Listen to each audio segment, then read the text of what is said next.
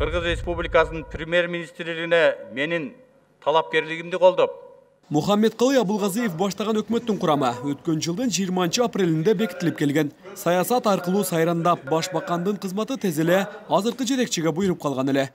Абылгазиев келгенде да эл суктанарлык программасын көрсөтө алган эмес. Балким ушундан уланбы алдыга карай жылыш болбоду. Казакстан чегарасын жапканда да бут басып бара алган жок. Мындан улам акыркы 2-3 күндө премьер-министрдин өзүнө да дооматтар көбөйдү. Өкмөттүн ишин биз көрбөй атабыз. Кайсы жерден бизде жылыш болуп атат? Кайсы канаки биздики биздин экономиканын өсүүсү канаки жумушчу орундар, бизде сурай турган киши жок.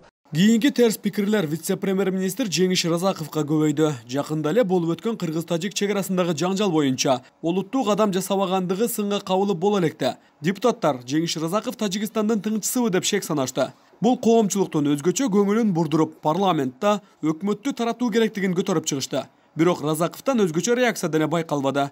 Кантсе да бул кызматтын майлуу токочу айтылган сындардан бийик турат эмеспи? Сизди кошуна мамлекеттин агенти деп берип атат да, сиз окудуңуз да.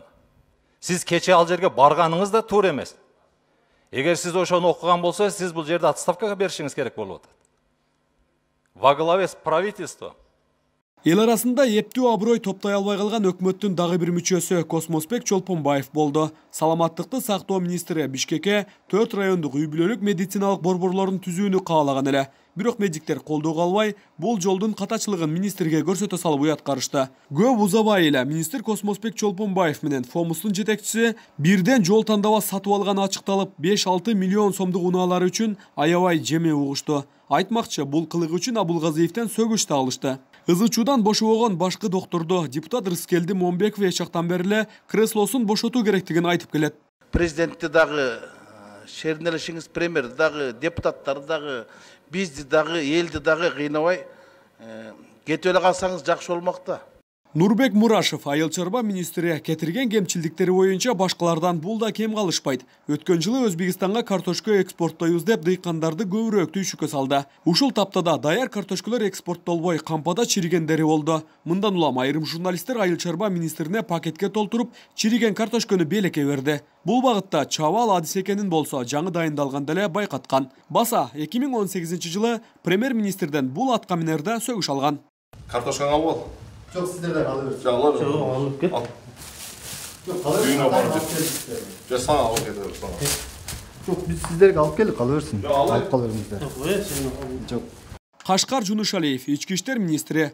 Бул министрдин өзү экинчи ирет өкмөттүн курамы менен келип, ийимди башкарышы. Азыркы тапта жеке өзүнө болгон нааразычылыктар жок болгону менен кол алдында иштеген милиционерлер көптөгөн кылмыш иштеринин каарманы болушту. Үстүбүздөгү жылдын башынан бери эле милиционер арак ичип мас болуп, адам өлүмү менен аяктаган аварияларды жасап, адам кыйноолорго катышып, жарандардан мыйзамсыз акча талап кылып атактары чыгышты. Эмне уксуз болдуңуз? Эмне ичип алып айдап чыгасыз дегенби башта? Айдаган жокмун. Айдаган жоксуз.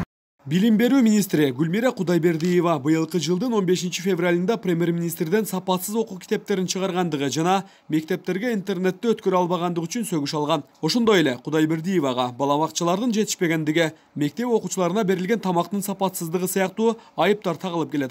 Кече болсо, эки ката эч нерсе болбойт дегени соц тармактарда төө бастыгы алынып бүтө элек.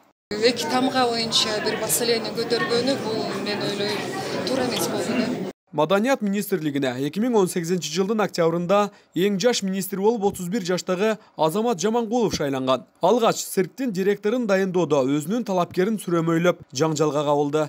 Андан кийин опера жана балет театрында чыккан жаңжалда аты чыкты. Театрдын көп жылдан берки директору Болотбек Осмоновду кызматтан кетирүүгө мажбурлаган ызычуулар жаралды. Булар кече биздин кандидатураны койбосоңуз, биз согуш, информационный согуш баштайбыз деген. Ушундай сизге атака кылабыз. Жамандайбыз депчи.